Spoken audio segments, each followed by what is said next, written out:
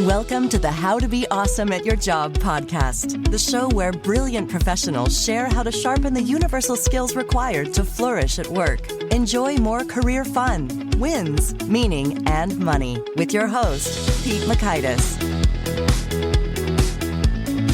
Hello, and thanks for joining us here for episode 728 with Eric Johnson. Eric is sharing some fantastic research revealing those little factors that could actually have a huge impact on what you end up choosing and how we can use that to our advantage if you want other people to choose the option that you personally prefer. So you'll learn, 1, how the changing of order can drastically change what we choose. 2, the key to minimizing indecision. And 3, the biggest decision-making mistake that people make. So if you want to check out the show notes or the transcript or the links to items we've referenced, please drop on by awesomeatyourjob.com/EP728. And if you're at awesomeatyourjob.com, check out some goodies like the Gold Nugget email list, which give you a summary rundown of the actionable wisdom Eric shared right to your inbox, as well as unlocking the vault of all such summaries. That's called the Gold Nuggets at awesomeatyourjob.com.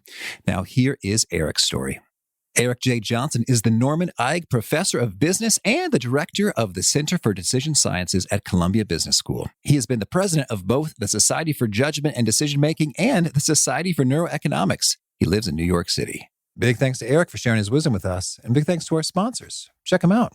And big thanks to our sponsor, Acorns. Acorns makes it easy to start automatically saving and investing for your future. You don't need a lot of money or expertise to invest with Acorns. In fact, you can get started with just your spare change. Acorns recommends an expert-built portfolio that fits you and your money goals, then automatically invests your money for you. NerdWallet.com, whom I love on these sorts of matters, gives Acorns a whopping 4.7 stars and says, quote, "If you want to make the most of your spare change, there's no better place to do that than Acorns. Head to acorns.com/awesome or download the Acorns app to start saving and investing for your future today." And we got a legal disclaimer here. It may not be representative of all clients. Tier 1 compensation provided. Compensation provides an incentive to positively promote Acorns. View important disclosures at acorns.com/awesome. Investing involves risk, including the loss of principal. Please consider your objectives, risk tolerance, and Acorns' fees before investing. Acorns Advisors LLC, Acorns, is an SEC-registered investment advisor. Brokerage services are provided to clients of Acorns by Acorns Securities LLC, member FINRA/SIPC. For more information, visit acorns.com. One sponsor to check out is Storyworth. Whenever I'm thinking about meaningful Father's Day gifts, Storyworth leaps to mind. Storyworth helps you preserve precious memories and stories from your father for years to come. Each week, Storyworth emails your loved ones a thought-provoking question that you get to help pick, such as, what's the bravest thing you've ever done? I personally love the prompt so much that I have refreshed Storyworth's questions page many times looking for more. Storyworth makes the writing process super quick and easy. All your loved one needs to do is respond to that email with a story, and then you get a quick copy of that. And after a year of this fun, Storyworth compiles your loved one's stories and photos into a beautiful keepsake hardcover book that you'll be able to share and revisit for generations to come. Families love Storyworth so much, they've got 25,000 5-star reviews on Trustpilot and have millions of stories preserved. So give all the fathers in your life a unique, heartfelt gift they'll all cherish for years. Storyworth. Right now, you can save $10 on your first purchase when you go to storyworth.com/awesome. That's storyworth.com/awesome to save $10 on your first purchase.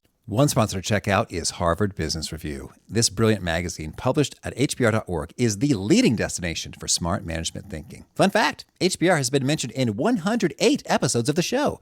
That's because HBR has great stuff that comes up often. They've got explainer videos, podcasts, real-world case studies, and much more. I think of HBR each night that I put on my special orange glasses. Their article, "Will Blue Light Glasses Improve Your Sleep?" revealed that those who wore them reported better sleep and a 7% improvement in work performance as compared to those who wore the sham glasses. So I cite HBR anytime anyone tells me that I look silly wearing them. Now, much of HBR's content is available for free when you sign up at their site. Subscriptions that get you unlimited content cost $10 a month. If you visit hbr.org/subscriptions and enter the promo code AWESOME, you can save 10% off of that subscription. Again, to save 10% off of your HBR subscription, go to www.hbr.org/subscriptions and enter the promo code AWESOME. Now, here's Eric. Eric, welcome to How to Be Awesome at Your Job. Pete, thanks for having me. Well, I'm excited to dig into your wisdom when it comes to decision making. It's one of my favorite topics. We've had luminaries like Annie Duke and others on the show, so excited to get into your perspective. But I'd love if you could kick us off by sharing a particularly tricky decision that you've had to make in life and what was hard about it, and how did you ultimately come to that decision? So one of the things that was most devastating in my life was actually a diagnosis of stage 4 Hodgkin's. Oh, my. Now, that's granted, that's a buzzkill to kick this off. But one of the things that's got me thinking about is how people make such serious decisions about treatment and how the way that people actually pose those options to people changes what they choose. And I became madly obsessed with the literature. And that sort of kicked me off into a lot of my interest in choice architecture. Well, now that's fascinating right there. So life or death, high stakes decisions. You would think, unlike software where you have like a bold blue highlighted choice of the two, which is nudging you that way, that people might be a little bit more robust in working through this. But can you expand upon that? Like, how might presenting the options lead people to choose one treatment or approach more or less often than another? So my experience is interesting, but there's actually a nice study that makes the point even better.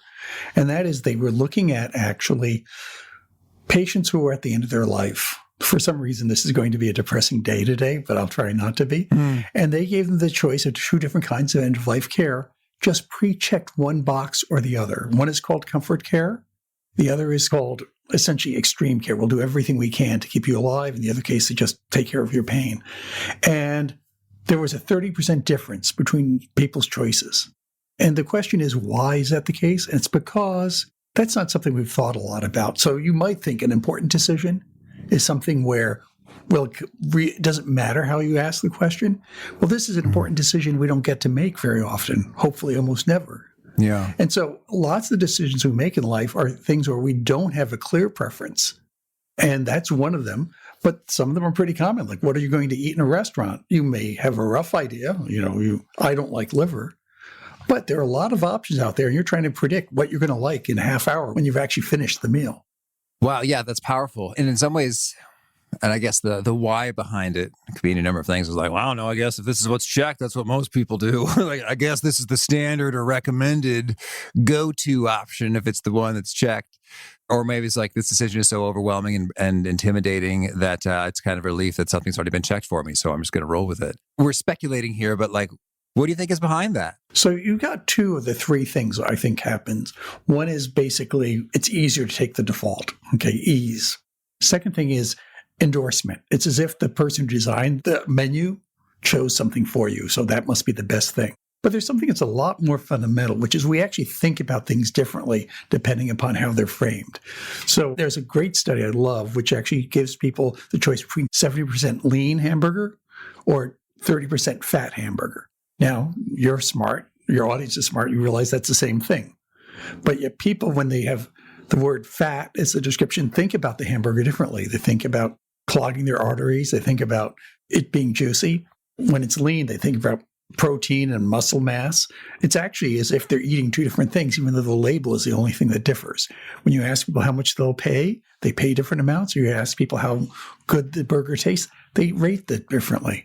So that study shows that when we're in these situations, what I call assembled preferences, it's actually the label that changes what we think. Well, that's fascinating. And so the 70% lean won on all the dimensions of measurement. Except unless you like a really juicy burger. Okay. Understood. Okay. Well, so that's one big surprise right there in terms of just the way things are presented to us changes how we think about them and thus what we select, even if it's high stakes. Any other really big surprises or discoveries you've made over your lifetime of work in this domain? So that first thing is called a default. I want to give it a name so we have a handy name. It's not default like going broke. It's like default in what happens if you don't take an action. The second thing that surprised me, particularly actually as I was writing the book, is the effect of order. What you see first can be more attractive. This is why you go down to a supermarket, people actually have paid to be in different positions of the aisle, so you'll see them. So something at eye level is actually typically gets more attention and is seen first. So it turns out when you look at the many studies that have been done, this effect of order is surprisingly large.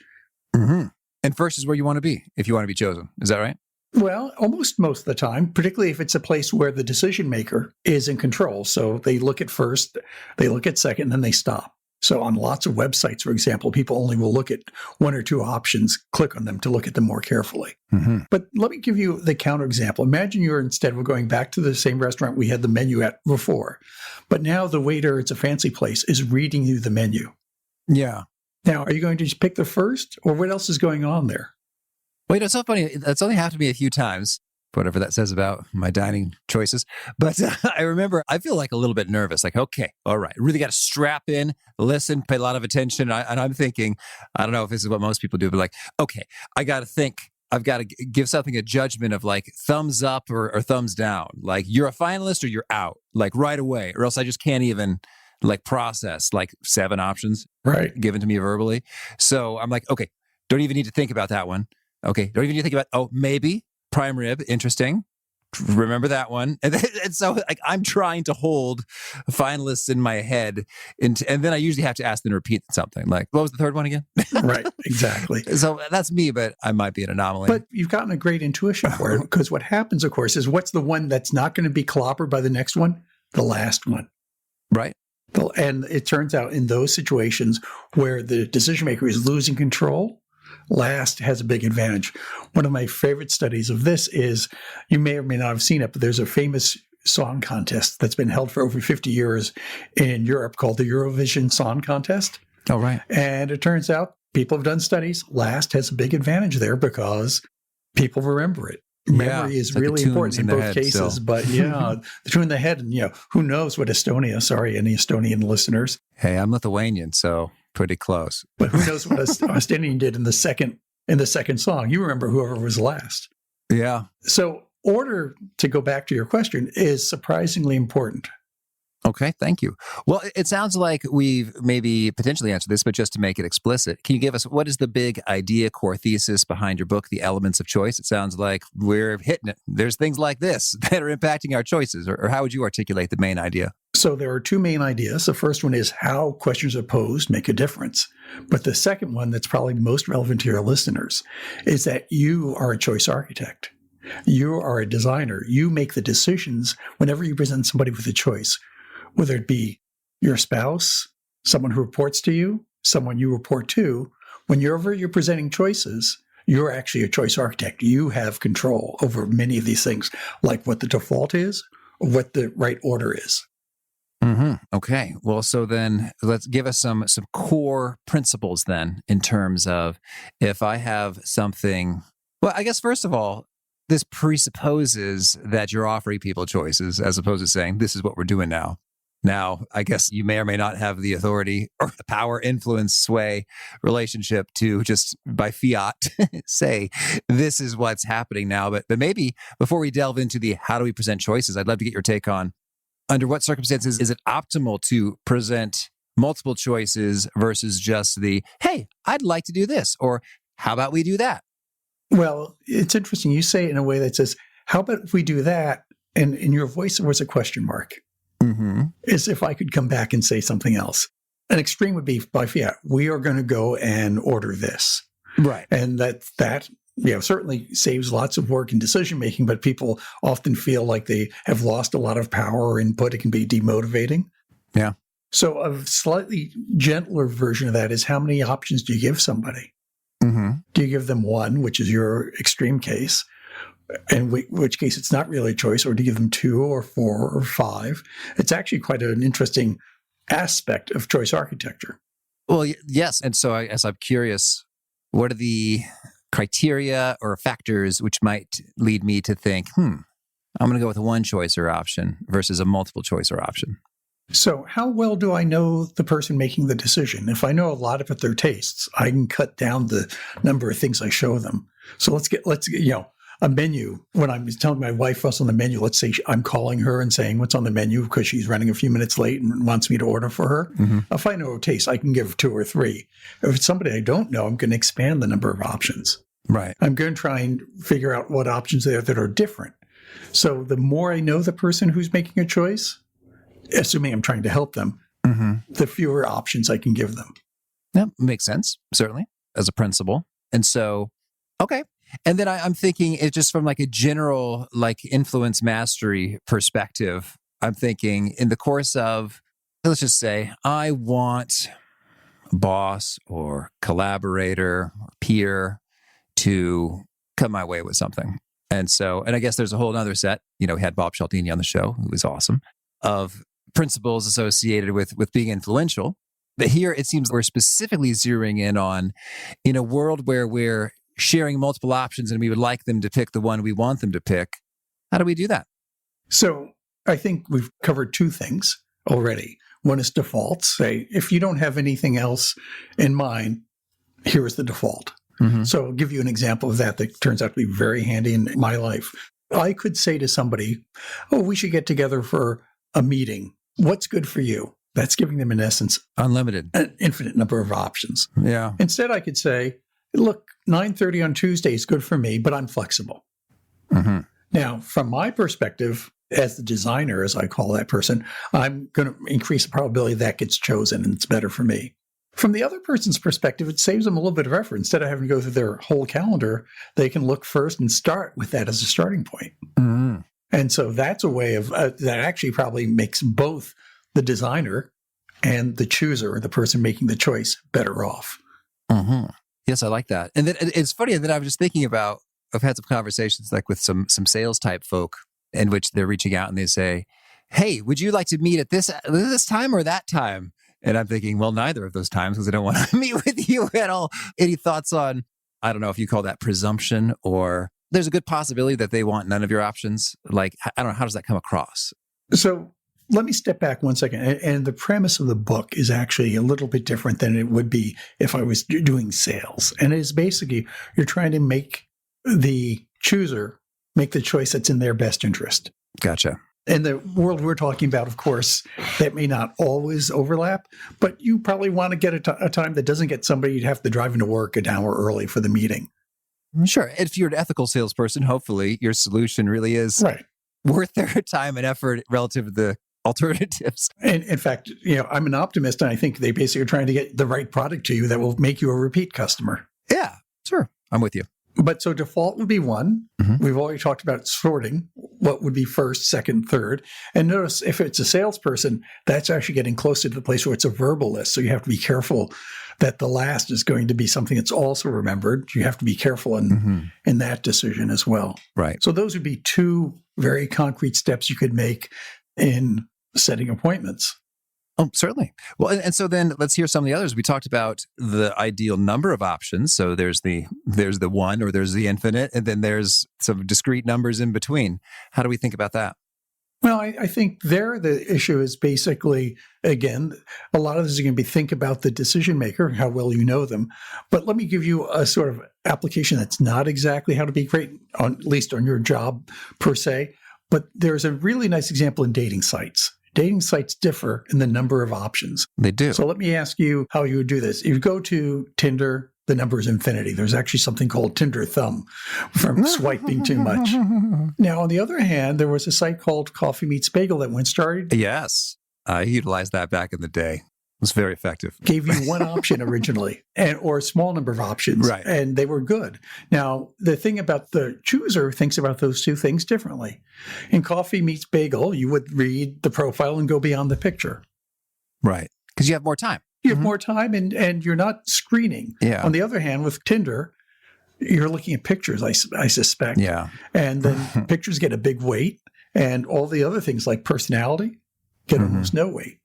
Yeah. So it depends on what you want the person to do. If you want them to make a good choice, it's probably a reason to reduce the number of options.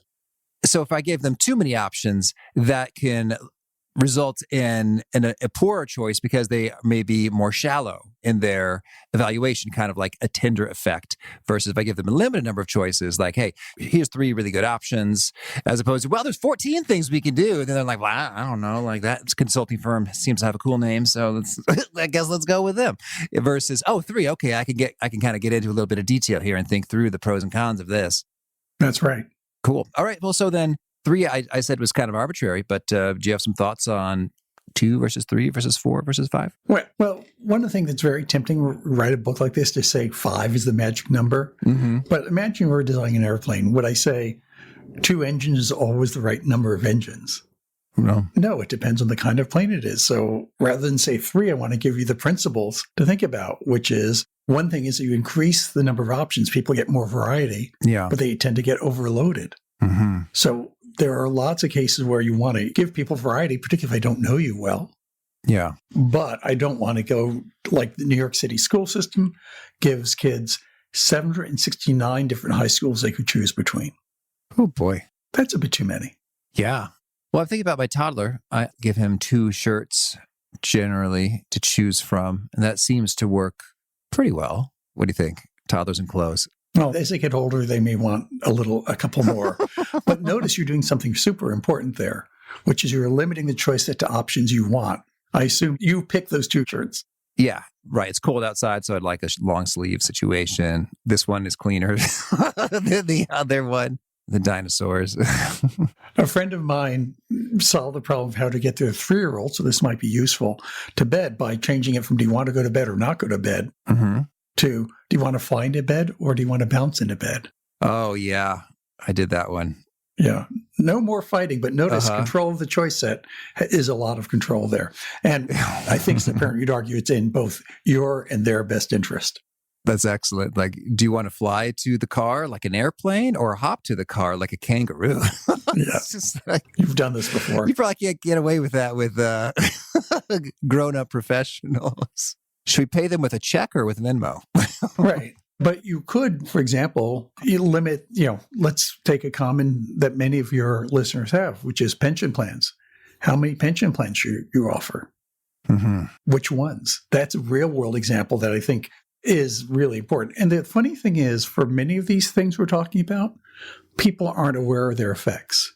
Yeah.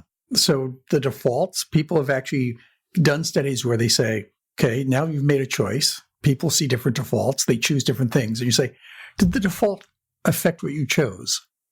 And they say, no, it might affect other people, but I made my decision based on what I wanted. Right. Mm-hmm. So the interesting thing for folks here is that the choices you make as an architect, as a designer, actually are things that will influence people. And often they won't realize the influence you have. Yeah, that's powerful. And the results can be massive when you come to retirement age, like, oh, shoot, there might have been a whole lot more money had I chosen a different option or a whole lot less. So, okay, we got a number of elements. Any other key elements we want to cover? I think we've gotten a big list. The only other one that I think would be important is when you give people choices, you often describe the choices. Gotcha. Right. So what might be called attributes. So price, quality. For a car, it's how many miles per gallon it gets, how fast it gets. Another thing that a designer does is present attributes. Imagine you're giving someone a choice between 2 consulting assignments. You might use travel. You might use challenge. Mm-hmm. You might use opportunity for advancement.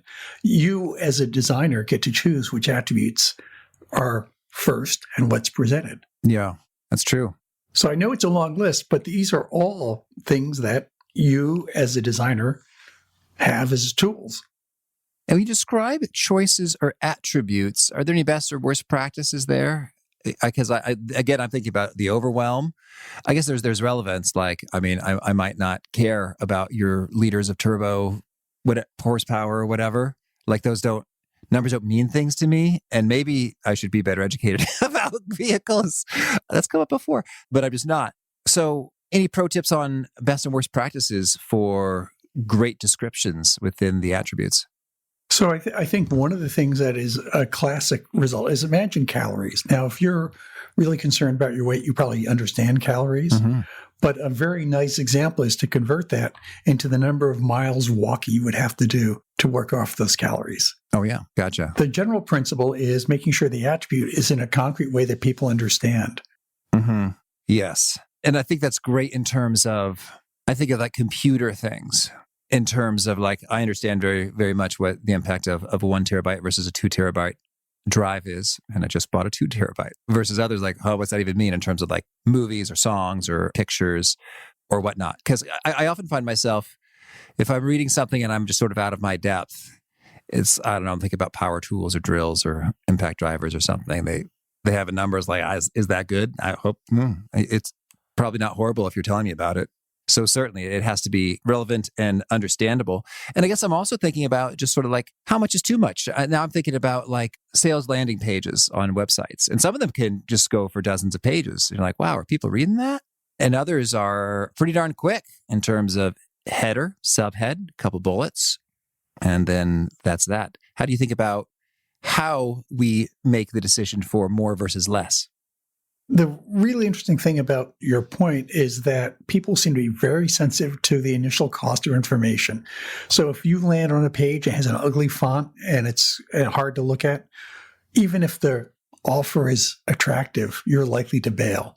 Yeah. So, we know a lot just by watching firms do their customer funnel, actually how they actually acquire customers, that each click is very important. And to minimize the effort for each of those clicks is terribly, terribly important in attracting customers. And again, if you think about trying to get somebody at work to sign on for a project, very similar stories apply. Mm-hmm. So reducing the friction, making it as easy as possible to do that. Particularly at the beginning. Mm-hmm.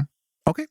Well, then I'm curious about sort of the flip side, any like mistakes or cognitive biases or things we really got to be on our guard for when we are trying to make optimal decisions and present choices optimally to others. So the first big mistake is most of us don't realize we're designers. So we're doing this very haphazardly. So, we use what is first in our mind is what we tell people. So if you're saying, where do we go to lunch? What will happen is the thing that you think of first. It may not even be where you want to go. But in general, I think neglecting choice architecture is the biggest mistake that we make. It's because we don't think it affects us. And in fact, we don't even realize how it affects other people. So there are now a lot of studies showing that people don't do things that would be in both their best interest and the chooser's best interest. Mm-hmm. Okay, good. Thank you. Well, tell me, anything else you want to make sure to mention before we hear about some of your favorite things? Well, I think the other thing I would say is realize that deciding how to present information to people is almost a secret power that you have. Yeah. That it's actually something that is a source of your ability to help other people, that if you don't know about it, you're neglecting a really important aspect of your job as a boss or as a colleague or as a report, any of the above. And when you talk about power, that makes me think, can you share with us some more of the most sort of eye-popping results or case studies in how little changes make huge differences? So that pre-check thing, that was pretty wild in terms of like, how do you want to be taken care of in your final years? I mean, wow, what a huge impact just a pre-check can make. Any other striking examples or cases that leap to mind? Well, let me talk about another of the tools we've talked about, which is order, what's presented first. Okay. It turns out on ballots, somebody's first, someone's second, etc. What research shows is the first choice gets about 2% more vote, even in presidential elections. So if we think about, go back to the year 2000, Gore versus Bush, and remember it all came down to Florida. In Florida, there was like 500 votes separating them. Mm-hmm. It turns out Bush, George W., was first in the ballot in Florida because the governor, his brother, Jeb, got to pick who was first. And of course, any governor would pick the member of their own party. It wasn't because it was brother. That probably made the difference in who was elected president of the U.S. Hot dog. That is a great case study. Thank you, Eric. It's not my research, but it's actually, there's a case, by the way, in Texas where two Supreme Court justices were running against each other, Pete Green versus Rick Green, whichever Green was. And there they randomized. That's how we know it made a difference. They put one first in half the time, the other first the other half the time. There was a 20% difference between who got the vote, depending upon who was first. Wow. So it was 20% when we actually got to randomize it. So it might be much bigger than 2%. Right. In that case, because they had the same last name and nobody knew who they were, that's one of the reasons it was 20%. Okay. All right. Fair enough. Right. That's really heavy. I'm just sort of sitting and processing that for a moment. And then is just for our elections in the U.S., is that normally how it goes? The governor gets to pick, or is it alphabetical? Or is it very totally state by state? It varies a bunch by state, but often it's in some places the incumbent, which gives them an advantage. Mm-hmm. In other states, it's the party in power that gets to be first. In Delaware, it turns out, just to be equally surprising, the Democrats always are the first slot in the ballot. Always. Okay. All right. Well, now could you share with us a favorite quote? Something you find inspiring? So something I thought about a lot is a quote that I saw when I was a young person reading science magazines, and it was a Browning quote: "For a man's reach should exceed their grasp, or what's a heaven for?" Mm-hmm. In other words, keep striving. You're not going to get there, but go for it. Oh, lovely. And how about a favorite study or experiment or bit of research? Well, I think I have to admit that I very much like one that I did, which used the default manipulation to change people's willingness to be organ donors. Mm-hmm. Well, tell us the result. What went down? Well, basically, if you look at people's willingness, not necessarily to be a donor, but to be willing to be a donor, there is a 40% gap between those people where you are a donor by default, which happens in several European countries, and countries like the US where you have to choose to be an organ donor. Mm-hmm. So defaults actually can change people's willingness to be an organ donor. Hot dog. And a favorite book? When I was very young, I read 2 books at the same time practically, and they changed my life. And one was Jack Kerouac's On the Road. The other was Tom Wolfe's Electrolyte Acid Test. And growing up in New Jersey and not seeing much of the world, this really opened up my eyes. Cool. And a favorite tool? Something you use to be awesome at your job? I've tried a lot, like many people, many different kinds of planning software. I use something called Marvin, but the important point is not the software. It's basically sitting down every day and doing a to-do list that includes time, not just, I'm going to do it in this order, but I'm going to do it at this time. And is there a particular nugget you share, something that really connects and resonates with folks you're chatting with? One of the things that I find interesting about using social media, and particularly to promote the book, is you see what other people are saying. And I think one of the things that I hear people repeating, so I let them choose the nugget, is basically being a choice architect is something that's a power that I didn't know I had. Mm-hmm. And if folks want to learn more or get in touch, where would you point them? Well, really good Twitter is Prof. Eric Johnson. And there's also a nice website on theelementsofchoice.com. All right. And do you have a final challenge or call to action for folks looking to be awesome at their jobs? I think basically realize that you actually have the power whenever you present choices to another person, that if you don't think about it, you're going to waste an important part of what you can do on your job.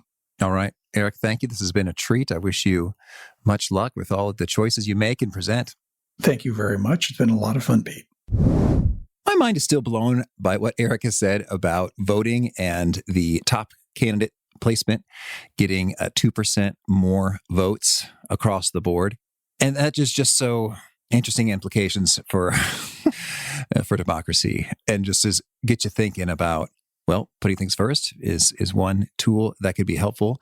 And then just to really think about, boy, given these subtle impacts, if I'm doing a survey or trying to collect feedback versus wanting people to say something in particular or choose something in particular that I want them to choose, how I might play the game differently. And indeed, level up to being a choice architect, as Eric says, and using this power he didn't even know he had. So again, the show notes, the transcript, and the links to items that we've referenced are over at awesomeatyourjob.com/EP728. I hope to catch you next time. And peace. Thanks for listening. To get the most out of the show, we recommend 2 key things. First, check out the extra resources at awesomeatyourjob.com. You can find this episode's transcript and links, as well as the perfect episode for your situation. You can search the full text transcripts of hundreds of episodes or explore episodes tagged by topic and competency covered. Second, subscribe to the podcast and get future episodes automatically. You can subscribe by telling Siri and several other smartphones and speakers, subscribe to the How to Be Awesome at Your Job podcast, or by tapping subscribe in your podcast player of choice. If you'd like some extra help figuring out podcasts and how subscriptions work, visit awesomeatyourjob.com/subscribe for guidance. Hope to catch you on the next episode of How to Be Awesome at Your Job.